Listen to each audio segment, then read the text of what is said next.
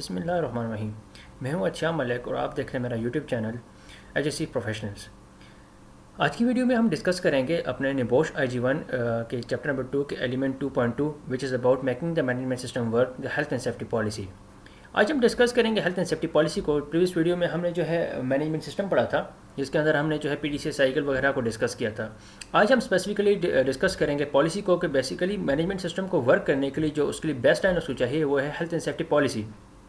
तो हम डिस्कस करेंगे हेल्थ एंड सेफ्टी पॉलिसी क्या होती है, हेल्थ एंड सेफ्टी पॉलिसी काम कैसे करती है और किन किन चीज़ों की जो है हम इंश्योर करके एक ऑर्गेनाइजेशन जो है अपने लिए हेल्थ एंड सेफ्टी पॉलिसी को डेवलप करती है।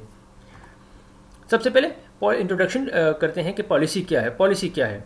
बेसिकली हम जब पॉलिसी को डिफाइन करते हैं तो हम इसके लिए डिफरेंट डेफिनेशंस करते हैं। हम इसको कह सकते हैं basically policy is the statement of intent, और ये हमारे लिए वो स्टेटमेंट है जो हमारी ऑर्गेनाइजेशन की इंटेंशन शो करती है हेल्थ एंड सेफ्टी के लिए, या हमें ये बताती है कि ऑर्गेनाइजेशन जो है हेल्थ एंड सेफ्टी की फील्ड के अंदर क्या अचीव करना चाहती है। तो ये सारी चीज़ें हमें एक पॉलिसी को, जब हेल्थ एंड सेफ्टी का पॉलिसी को हम डिफाइन करते हैं तो हम ऐसे इसको डिफाइन करते हैं। और फिर हम में अगर बात की जाए तो पॉलिसी बेसिकली आपकी किसी भी ऑर्गेनाइजेशन की एक ऐसी प्रिसाइज उसका डॉक्यूमेंट होता है जो ऑर्गेनाइजेशन की उस फील्ड के अंदर क्या हमें एक्सप्लेन करता है कि ऑर्गेनाइजेशन क्या अचीव करनी चाह रही है। ऑर्गेनाइजेशन की goals, objectives, AIIMS, each and everything हमें जो है वो जो है वाइब्रेंट करके हम तक पहुंचा रही होती है, वो उस ऑर्गेनाइजेशन की पॉलिसी होती है। अब पॉलिसीज हमेशा ऑर्गेनाइजेशन की जो कि लॉन्ग टर्म होती हैं, मिसाल के तौर पर वो ऑर्गेनाइजेशन अपने लॉन्ग टर्म के अंदर क्या चीज़ अचीव करना चाह रही है वो उसके अंदर उसके वाइब्रेंट होगा। एज पर डॉक्यूमेंट देखते हैं कि हमें बताया जाता है कि पॉलिसी क्या है। वो एक इंपॉर्टेंट डॉक्यूमेंट है किसी भी ऑर्गेनाइजेशन का, क्योंकि उसका एक बड़ा कीमती दस्तावेज़ होती है ये, जो उस ऑर्गेनाइजेशन की हेल्थ एंड सेफ्टी पॉलिसी की बात करें तो उसका हेल्थ एंड सेफ्टी में उसकी फाउंडेशन होती है कि उस ऑर्गेनाइजेशन ने अपने हेल्थ एंड सेफ्टी को अपने कैसे उसने मैनेज करना है या किसने उसने उन चीज़ों को चलाना है। जिसमें सबसे जो पहली चीज़ हमें दिखाई दे कि उस ऑर्गेनाइजेशन के एम्स, मतलब कि ऑर्गेनाइजेशन जो है अपनी हेल्थ एंड सेफ्टी फील्ड के अंदर वो क्या अचीव करना चाह रही है। और कल हमने जो प्रीवियस वीडियो में डिस्कस किए थे, कुछ स्टेप्स हमने डिस्कस किए थे। ये जो सबसे टॉप के ऊपर हमारे पास था पॉलिसी। अब पॉलिसी के अंदर जो चीज़ें आती हैं हमारे पास क्या आती हैं कि हम रोल एंड रिस्पॉन्सिबिलिटीज़ को प्रॉपर्ली असाइन किया जाता है, और रोल एंड रिस्पॉन्सिबिलिटीज़ को असाइन करने के लिए जो स्टेप हम कहते हैं उसको हम कहते हैं ऑर्गेनाइजिंग। जो इसके अंदर ऑर्गेनाइजेशन के एम्स के साथ साथ हमारे पास ये आ जाता है कि हम ऑर्गेनाइज रिस्पॉन्सिबिलिटीज़ को कैसे करेंगे, किस बंदे को कौन सी रिस्पॉन्सिबिलिटी देंगे according to their competencies, according to their jurisdiction. तो हर एक बंदे को उसकी रिस्पॉन्सिबिलिटीज असाइन की जाती हैं। अब असाइनिंग रिस्पॉन्सिबिलिटी के साथ एक और चीज़ उसके साथ जुड़ी होती है, वो है असाइनिंग रिसोर्सेज। जिस इंसान को जो रिस्पॉन्सिबिलिटी आप असाइन करेंगे तो उस रिस्पॉन्सिबिलिटी के ही अकॉर्डिंगली आप उसको रिसोर्सेज भी प्रोवाइड करेंगे उस रिस्पॉन्सिबिलिटी को फुलफिल करने के लिए, ताकि वो बंदा अपनी रिस्पॉन्सिबिलिटीज़ को अच्छे तरीके से फुलफिल कर सके। जो कि हमें जो है states how the aims are to be achieved, मतलब अब जो रिस्पॉन्सिबिलिटीज़ आपने साइन की हैं और रिस्पॉन्सिबिलिटीज़ के लिए जो रिसोर्सेज आपने प्रोवाइड किए हैं रिस्पॉन्सिबल पर्सनस को, अब उसके बाद आती है उसके लिए प्रॉपर प्लानिंग एंड इम्प्लीमेंटेशन, कि आप काम को प्लान करते हो कि आप काम वो इम्प्लीमेंट कैसे करेंगे। मिसाल मैं आपको ऐसे देता हूँ कि फील्ड के अंदर अगर मिसाल के तौर पे एक रिस्पॉन्सिबल पर्सन है, आपका डायरेक्टर है, उसको आपने ये एक गोल आपका जो है पॉलिसी का ये गोल है, एक ये एम है आपकी हेल्थ एंड सेफ्टी पॉलिसी का, नेक्स्ट ईयर के लिए आपने टारगेट सेट किया है कि हमने अपने लॉस्ट टाइम जो है एक्सीडेंट्स को 5% तक रिड्यूस करना है, कम करना है। अब वो रिडक्शन तो आपके पास एक जो है आपका गोल आ गया। अब वो गोल आपके हेल्थ एंड सेफ्टी डिपार्टमेंट के डायरेक्टर के पास आया। अब उस गोल को अचीव करने के लिए वो अपने रिस्पॉन्सिबल पर्सन्स को, डायरेक्टर उसके अंडर जो काम करें उनको कुछ रिस्पॉन्सिबिलिटीज असाइन करेगा, उसके लिए रिसोर्सेज असाइन करेगा। देन वो प्लान करेंगे कि किन चीज़ों के ऊपर हम काम करके, किन चीज़ों के ऊपर कंट्रोल करके हम इसको गोल को अचीव कर सकते हैं। मिसाल के तौर पे मैं एग्जांपल आपको दूं तो प्रीवियस डॉक्यूमेंट्स निकालेंगे कि भाई हमारे पास किस तरह के एक्सीडेंट्स हो चुके हैं, उसके स्टैटिस्टिक्स निकालेंगे और उसके अकॉर्डिंगली उनको अगर वो फुलफिल करते हैं, उनको ठीक करते हैं, तो वो अपना उस गोल के करीब तरीन जा सकते हैं। अब पॉलिसी एक ऐसी चीज़ है ना कि जैसे two feets can not be fitted into a single shoe. हम कहते होते हैं कि दो पाँव जो है आपके कभी भी एक जूते के अंदर फिट नहीं हो सकते। तो इसी तरह किसी भी दो ऑर्गेनाइजेशन की सेम पॉलिसी नहीं हो सकती। इवन कि अगर दो ऑर्गेनाइजेशन सेम काम भी कर रही होंगी, उनका नेचर ऑफ वर्क सेम होगा, उसके बावजूद उनकी पॉलिसी कभी भी सेम नहीं हो सकती, क्योंकि दोनों की अपनी रिक्वायरमेंट्स होंगी। अब जो ऑर्गेनाइजेशन रिक्वायरमेंट्स होती हैं वो बहुत सारी चीज़ों पर डिपेंड करती हैं। मिसाल के तौर पर ऑर्गेनाइजेशन का नेचर ऑफ वर्क, ठीक है, in this case nature of work अगर सेम भी है तो ऑर्गेनाइजेशन की लोकेलिटी, कि वो कहाँ पे लोकेट करिए, उसके प्रोडक्ट्स क्या हैं, उसके पास नंबर ऑफ फोर्स क्या है, ठीक है, तो उसके ऊपर कौन से स्टैंडर्ड्स को वो फॉलो कर रही है। तो नंबर ऑफ कॉम्प्लिकेशन या इम्प्लीकेशन ऑर्गेनाइजेशन के ऊपर आ रही है, जिसकी वजह से हम कहते हैं किसी भी दो ऑर्गेनाइजेशन की पॉलिसी जो होती है कभी भी सेम नहीं हो सकती। अब इसके लिए अब पॉलिसी को हम जब इतनी ज़्यादा फोकियत क्यों देते हैं, इतनी अहमियत क्यों देते हैं कि आया इसकी ज़रूरत क्या है, तो उसके लिए कुछ स्टैंडर्ड्स गाइडेंसेस हमारे पास अवेलेबल हैं। जैसे मैं अगर कानून की बात करूँ, मैं कन्वेंशन की बात करूँ, तो ILO रिकमेंडेशन जो है उसका R164 का आर्टिकल 14 किसी भी ऑर्गेनाइजेशन को ये बाउंड करता है कि ऑर्गेनाइजेशन के पास राइटिंग के अंदर पॉलिसी मौजूद होनी चाहिए, उसकी हेल्थ एंड सेफ्टी पॉलिसी। अब और हेल्थ एंड सेफ्टी पॉलिसी का राइटिंग के अंदर एम्प्लॉयर को क्या ज़रूरत है उसको सेट करने की, उसकी ये ज़रूरत है कि अगर आपसे कहीं कहीं पे कोई प्रोजेक्ट लेने के लिए जाते हैं, जैसे हमने कॉन्ट्रैक्टर मैनेजमेंट में पढ़ा था, तो कॉन्ट्रैक्टर से जब सबसे पहली चीज़ डिमांड की गई थी, उससे health and safety policy demand की गई थी। क्योंकि आपको कोई भी बंदा फील्ड के अंदर जानेगा आपकी पॉलिसी से, आपके काम से। वो काम क्या है वो आपकी पॉलिसी डिफाइन करती है कि आप किस तरह का काम करते हो। तो सबसे जो आपकी जो है इंपॉर्टेंट जो है लीगल डॉक्यूमेंट आपके लिए वो है आपकी हेल्थ एंड सेफ्टी पॉलिसी। तो लिहाजा आपके पास राइटिंग के अंदर, रिटन फॉर्म के अंदर आपकी हेल्थ एंड सेफ्टी पॉलिसी मौजूद होनी चाहिए। क्योंकि अगर हम लीगलिटीज़ की बात करें तो कोई भी बात ज़ुबानी कलामी जो होगी, जो वर्बल चीज़ें होंगी, वो कभी लीगल नहीं हो सकती। लीगल चीज़ें वो होती हैं जो आपके पास रिटन फॉर्म में होती हैं और वो परमानेंट रिकॉर्ड्स होते हैं। अब जब राइटिंग के अंदर होगी पॉलिसी, तो आप उसको हर उस जगह पे शेयर कर सकते हो, वेयर सर्कमस्टेंसेस वारंट, जहाँ जहाँ उसकी ज़रूरत होगी। ऐसे आपने कुछ ऑर्गेनाइजेशंस को देखा होगा तो उनकी पॉलिसीज़ आपको इवन उनकी अगर कोई ब्रोशर्स हैं उसमें मिलेंगी, उनकी वेबसाइट्स होंगी उनके ऊपर उसकी पॉलिसी मिलेगी, उनके अगर कोई फेसबुक पेजेस है उस पर आपको उनकी पॉलिसी मिलेगी, उनके अगर आप कहीं पे कोई जॉब करने के लिए जाएंगे तो आप देखेंगे कि उनके वेटिंग रूम्स के अंदर कुछ ने अपनी पॉलिसी लिखी है। मतलब हर जगह पे जहाँ जहाँ पॉलिसी की ज़रूरत होगी लोगों को बताने की, तो उन्होंने वहाँ पे उसको एडवर्टाइज़ किया हुआ होगा लोगों को बताने के लिए, क्योंकि वो चाहते हैं कि लोगों को पता लगे कि इन द फील्ड हम क्या अचीव करना चाहते हैं। And then the most important thing in a readily understood language और मीडियम, मतलब उस लैंग्वेज और मीडियम के अंदर हो जो उसके वर्कर्स को समझ आती है। एग्जांपल ले लेते हैं हम मिडिल ईस्ट की, जहाँ पे हर एक ऑर्गेनाइजेशन के अंदर वर्सटाइल नंबर ऑफ जो है वर्कर्स काम कर रहे होते हैं, डिफरेंट जो है वो ख़त्ों से, डिफरेंट कंट्री से वो ताल्लुक़ रख रहे होते हैं, ममालिक से ताल्लुक़ रख रहे होते हैं, और वो डिफरेंट ज़बानें बोलने वाले होते हैं। तो इस केस के अंदर हम कहते हैं कि फिर आप अगर अपने वर्क फोर्स को टारगेट करोगे तो आपको ये देखना होगा कि मेरी वर्क फोर्स कहाँ कहाँ से बिलोंग करती है और क्या क्या उनकी रिक्वायरमेंट्स हैं, और उसके अकॉर्डिंगली आप उनको जो है जिस लैंग्वेज को समझते हैं, इस लैंग्वेज को पढ़ना और सुनना जो सुन सकते हैं, पढ़ सकते हैं, समझते हैं, वो उसके अंदर आप अवेलेबल हो आपके लिए वो, और आप उनके साथ उसके अकॉर्डिंगली शेयर करें। पॉलिसी के जो अंदर जो मेन चीज़ें हैं उसके 3 parts of health and safety policy हम बोलते हैं। बेसिकली हमने डिस्कस भी किया है। सबसे पहले क्या है, जैसे हम डिफाइन करते हैं तो हम कहते हैं it's basically a statement of intent, मतलब what is going to be done, organisation क्या करने जा रही है, ऑर्गेनाइजेशन क्या अचीव करने जा रही है, ठीक है, उसके aims and objectives, organisation who is going to do what, जिसको ऑर्गेनाइजिंग सेक्शन हम बोलते हैं। हम एक्टिविटीज़ को ऑर्गेनाइज करते हैं कि मतलब कौन सा बंदा कौन से डेजिग्नेशन का बंदे की कौन सी रिस्पॉन्सिबिलिटीज़ होंगी, वो ऑर्गेनाइजिंग सेक्शन के अंदर हम देखते हैं।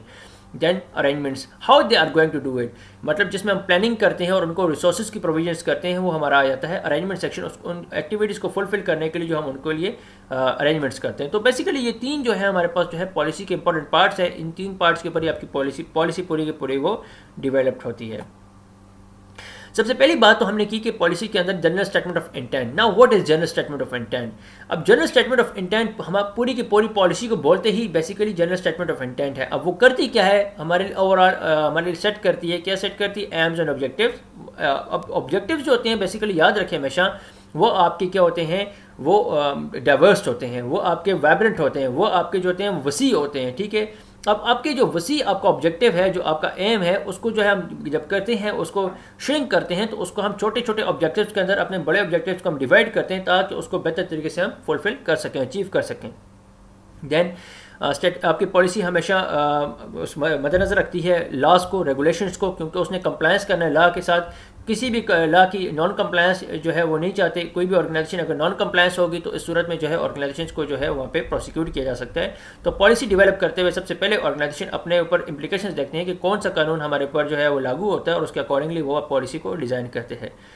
एंड इफ़ अगर कोई ऑर्गेनाइजेशन जो है कोई स्टैंडर्ड अचीव करना चाह रही है in the field of health and safety, जैसे मैं मिसाल दूँ आपको कि अगर कोई ऑर्गेनाइजेशन ये चाहती है कि मैंने लॉन्ग टर्म के चल के ISO 45001 की सर्टिफिकेशन हासिल करनी है, अगर मैं इंशाल्लाह ताला ISO 45001 के ऊपर भी आपके लिए एक वीडियो बनाऊंगा, ISO के डिफरेंट स्टैंडर्ड्स के ऊपर बनाऊंगा, 45001 के ऊपर, 14001 के ऊपर।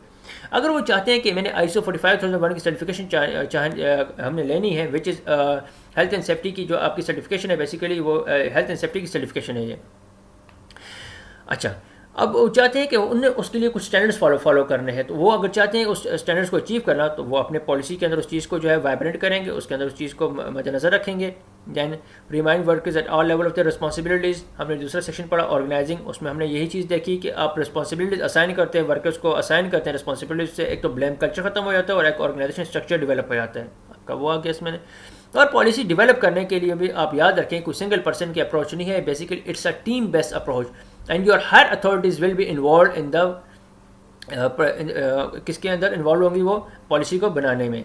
दैन और इसके ऊपर जब इसी वजह से जो है साइन और डेटेड भी होती है मोस्ट सीनियर पर्सन से, क्योंकि वो डेवलप करते हैं, वही साइन भी करते हैं और वही इसके ऊपर जो है वहाँ पे डेट ऑफ जो है उसकी रिन्यूअल भी डाल देते हैं और डेट ऑफ उसकी प्रोडक्शन भी डाल देते हैं, मतलब किस तारीख को बनाई गई है और किस तारीख को वो रिन्यू की जाएगी, दोनों डेट्स उसके ऊपर पहले ही डाल दी जाती हैं। और रेगुलर रिव्यूज़ की हम बात करते हैं तो हमेशा पॉलिसी जो होती हैं वो एनुअल रिव्यूज़ होती हैं, एक साल बाद हमेशा आपकी पॉलिसी जो होती है ऑर्गेनाइजेशन की वो रिव्यू होती है, ये तो उसका फिक्स टर्मिनल आ गया या जिसको हम एनुअल रिव्यू बोलते हैं। नेक्स्ट हम टॉपिक में पढ़ेंगे कि भाई पॉलिसीज़ को हम कब कब रिव्यू करते हैं, रिव्यू ऑफ पॉलिसी का टॉपिक भी इंशाल्लाह ताला डिस्कस करेंगे एंड ऑफ द डे में। देन हमने बात तो की कि सेटिंग स्मार्ट ऑब्जेक्टिव्स के पॉलिसीज़ के अंदर जब हम ऑब्जेक्टिव सेट करते हैं तो ऑब्जेक्टिव एम्स एंड ऑब्जेक्टिव्स की हमने बात की, तो हम कैसे ऑब्जेक्टिव सेट करेंगे, we only set the smart objectives. Smart objective जो है वो क्या कैसे होते हैं, बेसिकली वर्ड स्मार्ट किस लिए क्या डिफाइन करता है। सबसे पहले S stands for specific, M stands for measurable, A stands for achievable, R stands for reasonable and T stands for time bound. आपके ऑब्जेक्टिव स्पेसिफिक स्मार्ट होने चाहिए। सबसे पहले स्पेसिफिक टू डेट फील्ड, आप अचीव क्या करना चाह रहे हो अपनी फील्ड के अंदर वो स्पेसिफिक होने चाहिए। जैसे हमने बोला पहले डिस्कस किया कि हमारा ऑब्जेक्टिव है हमने 5% तक लॉस्ट टाइम इंजरीज को कम करना है, तो वो स्पेसिफिक आ गया आपकी एक स्पेसिफिक जुमरे में कि हेल्थ एंड सेफ्टी के लिए। देन मेजरेबल है, बिल्कुल मेजरेबल है, 5% आपके पास एक न्यूमेरिक टर्म है आपके पास स्पेसिफिक, तो वो ये क्या आ गया आपके पास मेजरेबल है। आया अचीवेबल है, तो ये डिक्टेटेबल है, मतलब इसके ऊपर डिबेट की जा सके, डिबेटेबल है ये कि इसके ऊपर आया ये अचीव किया जा सकता है कि नहीं किया जा सकता। तो आप प्रीवियस हिस्ट्री देखते हो अपनी ऑर्गेनाइजेशन की कि आया इससे पहले हमारी क्या सूरत हाल थी और करंट सिनेरियो हमारा क्या है। प्रीवियस में अगर आप पिछले साल आपने 1% भी मुश्किल से अचीव किया, तो इस साल आप 5% कैसे अचीव करोगे, तो वो आप ग्राउंड रियलिटीज़ को मद्देनजर रखते हो। तो रीजनेबल, आप रीजनेबल है आपके लिए, आप इसके ऊपर रीजनिंग कर सकते हो कि आप इसको अचीव कर पाओगे कि नहीं कर पाओगे। And time bound, time bound भी है भाई, हमने 1 साल का टाइम लिया कि 1 साल के अंदर अंदर ये हमने अचीव करना है, तो हम देखते हैं कि ऑब्जेक्टिव्स आया हमारे स्मार्ट हैं कि नहीं है। सेटिंग स्मार्ट ऑब्जेक्टिव्स के अंदर कुछ इसके अंदर भी एक चीज़ देखते हैं कि भाई ऑब्जेक्टिव्स बनाने वाला कौन है। सबसे पहली बात तो ये आती है, कुछ फैक्टर्स हम देखते हैं, मद्देनजर रखते हैं, जिसकी बेस के ऊपर हम ये डिसाइड करते हैं कि आया हमारे ऑब्जेक्टिव स्मार्ट होंगे कि नहीं होंगे। सबसे पहले who is going to set the objectives, objective set कौन कर रहा है। अगर तो आपकी ऑर्गेनाइजेशन का कोई ऑब्जेक्टिव सेट कर रहा है, एक लेमैन कर रहा है, और वो बंदा ऑब्जेक्टिव सेट कर रहा है जिसको उस फील्ड के बारे में कुछ एम्पल नॉलेज नहीं है, तो वो बंदा जो ऑब्जेक्टिव सेट करेगा तो कभी भी स्मार्ट ऑब्जेक्टिव नहीं हो सकता, क्योंकि उसको उसकी बेस्ट लाइन स्टडी का ही नहीं पता, बेस्ट लाइन डेटा का ही नहीं पता उसको। जब भी हमारे पास प्राइमरी डेटा होता है तो हम उसकी बेस के ऊपर आगे काम कर सकते हैं। प्राइमरी डेटा नहीं होगा और ऑर्गेनाइजेशन के आपके प्रीवियस रिकॉर्ड नहीं होगा, तो आप कभी भी आगे काम नहीं कर सकते।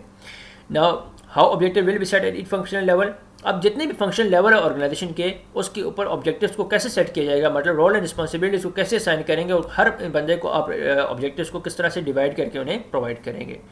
अब उनको अचीव करने के लिए लीगल अदर रिक्वायरमेंट्स देखी जाती हैं। लीगलिटीज़ क्या कहती हैं आपकी ऑर्गेनाइजेशन के ऊपर, कौन कौन सी इम्प्लीफाई होती हैं, उनके ऊपर इम्प्लीकेशंस आती हैं, तो उनको देखा जाता है। Hazard and risk during the work, आपको किन खतरात का सामना करना पड़ेगा, किन हैजर्ड्स का सामना करना पड़ेगा। टेक्नोलॉजिकल ऑप्शंस, हम बेस्ट ऑप्शन की तरफ जाते हैं, कौन सा बेस्ट ऑप्शन इन और best budget, best option in और बेस्ट बजट, मतलब आपकी कुव्वत खरीद के अंदर आपके लिए बेस्ट टेक्नोलॉजिकल ऑप्शन कौन सा होगा। फाइनेंशियल ऑपरेशनल बिजनेस रिक्वायरमेंट्स, वही बात है कि फाइनेंशियल रिक्वायरमेंट सबसे पहले देखी जाती है। देन ऑपरेशनल बिजनेस रिक्वायरमेंट की बिजनेस की रिक्वायरमेंट क्या है, कि आप कोई ऐसा कंट्रोल वहाँ पे अप्लाई करने के सोच रहे हैं जो आपकी बिजनेस की रिक्वायरमेंट ही नहीं है, तो वो आपके लिए कभी भी सोजमंद या फ़ायदेमंद नहीं हो सकता। तो आपके लिए चीज़ वो फ़ायदेमंद होगी जो आपके फाइनेंशियली भी आपको बर्डनाइज ना करे, आपकी बिजनेस रिक्वायरमेंट पे भी फिट उतरती हो। And then the most important thing, the views of interested parties. Views of interested parties की बातचीत करते हैं कि जितने भी स्टेक होल्डर्स होते हैं, हर एक के कुछ ना कुछ इंटरेस्ट होते हैं। अब स्टेक होल्डर के जो इंटरेस्ट होते हैं उनको मद्देनजर रखा जाता है कि आया ये जो ऑब्जेक्टिव मैं सेट करने जा रहा हूँ, इसकी वजह से किसी भी स्टेक होल्डर को, किसी भी इंटरेस्टेड पार्टी को कोई उसके ऊपर नेगेटिव इफेक्ट तो नहीं आएगा। इवन हम CSR की बात करते हैं, कॉर्पोरेट सोशल रिस्पॉन्सिबिलिटी की बात करते हैं, उसमें ये देखते हैं कि हम इवन हमारी जो एक्टिविटीज़ होंगी उसकी वजह से इर्द गिर्द के लोगों को इफेक्ट तो नहीं आएगा। तो ये सारी चीज़ें हम मद्देनज़र रखते हुए ऑब्जेक्टिव्स को सेट करते हैं। तो तब हम कहेंगे अगर इन सारी चीज़ों को आपने मद्देनज़र रखा है ऑब्जेक्टिव्स को सेट करते हुए, और ये आपके पास जो है प्रोफेशनल अप्रोच इसके अंदर मौजूद है, तो हम तब जाके बोलेंगे कि हमने जो ऑब्जेक्टिव डिज़ाइन किए हैं वो हमारे स्मार्ट ऑब्जेक्टिव्स है। द मोस्ट इम्पॉर्टेंट थिंग जी जो जिसके ऊपर हम हमेशा आपके पेपर में बाज़ों का जो है 10 नंबर का क्वेश्चन आ जाता है रिव्यू पॉलिसी के बारे में, कि पॉलिसी को कब रिव्यू किया जाता है, क्यों रिव्यू किया जाता है, कौन कौन सी ऐसी चीज़ें होती हैं कि हमें ऑर्गेनाइजेशन का पॉलिसी अपनी जो है वो रिव्यू करनी पड़ सकती है। तो रिव्यू पॉलिसी में एक चीज़ तो आपको क्लियर होनी चाहिए कि हमेशा ऑर्गेनाइजेशन अपनी पॉलिसीज़ को एनुअली रिव्यू करती हैं, जिसको हम पैसेज ऑफ टाइम बोलते हैं, मतलब 1 साल बाद वो रिव्यू करती है। तो फिक्स्ड बात आ गई उनकी, ठीक है, क्योंकि उन्हें अपना परफॉर्मेंस रिव्यू भी करना है, अपना बाकी चीज़ें भी देखनी है उन्होंने, तो उस वजह से वो पॉलिसीज़ को भी क्या करते हैं, एनुअल रिव्यू करते हैं। उसके अलावा एनुअल रिव्यू के अलावा कौन सी ऐसी चीज़ें हो सकती हैं, कौन सी ऐसी सिचुएशंस हो सकती हैं जिसमें एक ऑर्गेनाइजेशन को बिफोर टाइम अपनी जो है health and safety policy review करनी पड़ सकती है। इसमें कुछ चेंजेस आ सकती हैं ऑर्गेनाइजेशन में, जिसकी वजह से ऑर्गेनाइजेशन को जो है बिफोर टाइम अपनी पॉलिसी चेंज करनी पड़ सकती है, जिसमें सबसे पहली चीज़ आती है की पर्सनल से मुराद वो बंदा जिसने पॉलिसी की जो है प्रिपरेशन के अंदर जो है बहुत बड़ा जिसका रोल था, या जिस बंदे के अंडर रहते हुए पॉलिसी जो है डिज़ाइन की गई थी, या कोई इंपॉर्टेंट या कोई आपके ऑर्गेनाइजेशन की टॉप मैनेजमेंट में से कोई बंदा चेंज हो जाता है, तो आपको पॉलिसी रिव्यू करनी पड़ सकती है। क्योंकि पॉसिबल है कि नया आने वाला बंदा आपको ये डिमांड करे कि मैंने ऑर्गेनाइजेशन को अपनी पॉलिसीज़ के अकॉर्डिंग, अपने नज़रिए के अकॉर्डिंग चलाना है, तो आपको पॉलिसी रिव्यू करनी पड़ सकती है। मैनेजमेंट स्ट्रक्चर चेंज, अगर आप अपनी जो है अपनी उसकी वर्क फील्ड के अंदर जो है अपनी वर्क फोर्स को इंक्रीज़ करते हैं, मैनेजमेंट का स्ट्रक्चर चेंज करते हैं, तो तब भी आपको पॉलिसी रिव्यू करनी पड़ सकती है। मैनेजमेंट स्ट्रक्चर से मुराद कि पहले आपके हर एक डायरेक्टर के नीचे 2 मैनेजर काम कर रहे थे, अभी हर डायरेक्टर के नीचे आपके 4 मैनेजर काम कर रहे हैं। ये number of work force increase किया आपने, डायरेक्टर्स का नंबर उसका इंक्रीज़ होगा, मैनेजर्स का इंक्रीज़ होगा, सुपरवाइजर्स का इंक्रीज़ होगा, तो उनको भी तो इनकॉर्पोरेट करना है। हर आने वाला बंदा अपने साथ कुछ ना कुछ हैजर्ड्स लेके आएगा, तो उसकी सोच होगी, तो उन चीज़ों को आपने देखना है। प्रोसेस चेंज, आपने काम करने का तरीकाकार चेंज कर दिया है। जैसे आपने देखा है कि आजकल मोस्ट ऑफ जो स्टोर्स हैं वो ऑनलाइन स्टोर्स हैं, तो ऑनलाइन स्टोर्स की कुछ अपनी पॉलिसी होती है। वही स्टोर जब फिजिकल में आएगा तो उसकी उसका पॉलिसी अपनी चेंज करनी पड़ेगी, क्योंकि उसने वर्क प्रोसेस अपना चेंज कर दिया है। हमारे पास नेक्स्ट पॉइंट आ जाता है टेक्नोलॉजिकल ऑप्शंस।